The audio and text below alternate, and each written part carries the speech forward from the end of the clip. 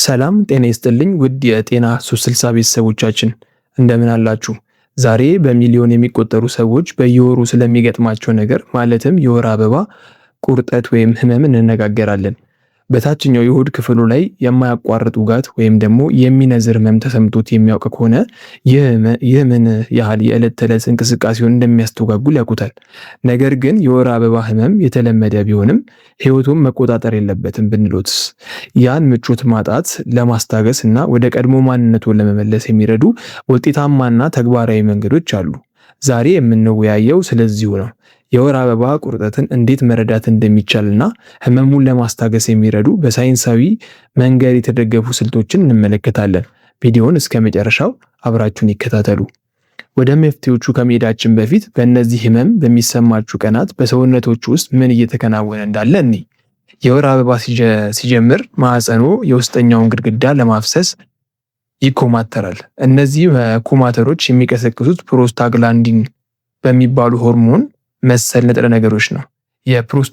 የፕሮስታግላንዲን መጠን ከፍ ባለ ቁጥር መኮማተሩ እየጠነከረ ይሄዳል። ይህ የበለጠ ህመሙን እንዲሰማን ያደርጋል። ይህ ህመም ከሰው ሰው በእጅጉ ሊለያይ ይችላል። ለአንዳንዶች ቀላል ምቾት ማጣት ብቻ ሆኖ ሊያልፍ ይችላል። ለሌሎች ደግሞ ስራን፣ ትምህርትን ወይም ደግሞ ማህበራዊ ህይወትን እስከሚያስተጓጉል ድረስ ከባድ ሊሆን ይችላል። ሰውነቱን ማወቅና ለእርሱ መደበኛ ነገር ምን እንደሆነ መረዳት የመጀመሪያው እርምጃ ነው። እሺ አሁን ወደ ተግባራዊ መፍትሄዎቹ እንሂድ። እነዚህ ስሜታዊ ፈውሶች ወይም አስማታዊ ፈውሶች ሳይሆኑ በአንድ ላይ ሲተገበሩ ግን ትልቅ ለውጥ የሚያመጡ ስለሆኑ በጥሞና ይከታተሉን። የመጀመሪያው ሂት ቴራፒ ወይም ደግሞ የሙቀት ህክምና የሚባለው ነው። አንዱ ጥንታዊና ውጤታማ ዘዴ ነው። በታችኛው የሆድ ክፍል ላይ የሞቀ ውሃ የያዘ ቦርሳ ወይም የሙቀት ፓድ ማድረግ ሙቀቱ የማህፀን ጡንቻዎችን እንዲዝናኑ በማድረግ መኮማተርና ህመምን ይቀንሳል። በሞቀ ውሃ መታጠብም ድንቅ መፍትሄ እንደሆነ ይነገርለታል። ሌላው ጥቂት መንቀሳቀስ ወይም እንቅስቃሴ ማድረግ ነው። ህመም ሲሰሙት መንቀሳቀስ ከባድ ቢመስሉትም እንደ መራመድ ወይም ደግሞ አካልን መለጠጥ ያሉ ቀላል እንቅስቃሴዎች ሰውነታችን ተፈጥሯዊ የህመም ማስታገሻ አድርጎ ይወስደዋል። ወይም ደግሞ ኢንዶርፊን የሚባለው እንዲመነጭ ይረዳል። በተለይ የዳሌ አካባቢን የሚከፍቱ የዮጋ እንቅስቃሴዎች ይመከራሉ። ሌላው በቂ ውሃ መጠጣት የሆድ መነፋትን ይከላከላል። ይህ ቁርጠትን ሊያባብስ የሚችል ነገር ያስታግስልናል። እንደ አሳና የተልባ ዘር ያሉ በኦሜጋ 3 የበለጸጉ ምግቦች እብጠትን ለመቀነስ ይረዳሉ። ከመጠን በላይ ካፌን ወይም ጨዋማ ምግቦችን ማስወገድም ምቾት ማጣትን ይቀንሳል።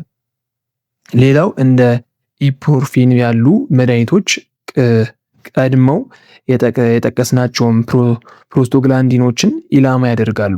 ህመሙ ገና መጀመሩን ሲያውቁ እንደ መመሪያው መውሰድ ህመሙ ከመባባሱ በፊት ሊያስቆሙት ይችላሉ። መሰረታዊ ዘዴዎችን ሞክረው አሁንም ህመሙ ከአቅም በላይ ከሆነቦ እነዚህን ተጨማሪ እርምጃዎች ሊያደርጉ ይችላሉ።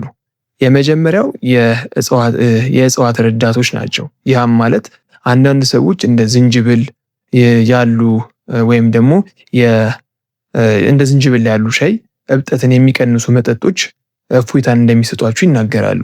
ሌላው መዝናናትና አይምሮን ሰላም ለማድረግ መሞከር ነው። ያ ማለትም ጭንቀት ህመምን ሊያባብስ ይችላል። በረጅሙ መተንፈስ፣ ሜዲቴሽን ወይም ደግሞ ቀለል ያለ ማሳጅ የነርቭ ስርዓቱን በማረጋጋት የህመሙን ስሜት ሊቀንሱ ይችላሉ። ሌላው ማግኒዚየም ነው።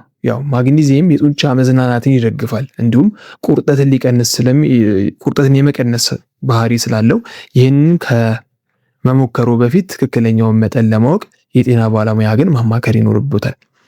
ሌላው ቁርጠቱ በጣም ከባድ ከሆነ እየተባባሰ ከሄደ ወይም የዕለት ተዕለት ኑሮን ሁልጊዜ የሚያውቅ ከሆነ ሐኪም ማማከር ግድ ይላል።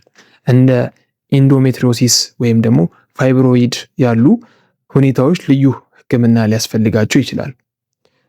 የወር አበባ ህመም እውነተኛና ከባድ ነው። ነገር ግን ለምን እንደሚከሰት በመረዳትና እዚህ የጠቀስናቸውን ዘዴዎች ሙቀት፣ እንቅስቃሴ፣ የውሃ አቅርቦት፣ የተመጣጠነ ምግብና አስፈላጊ ሲሆን መድኃኒቶችን በመጠቀም ህመሙን መቀነስና ሁኔታውን መቆጣጠር ይችላሉ።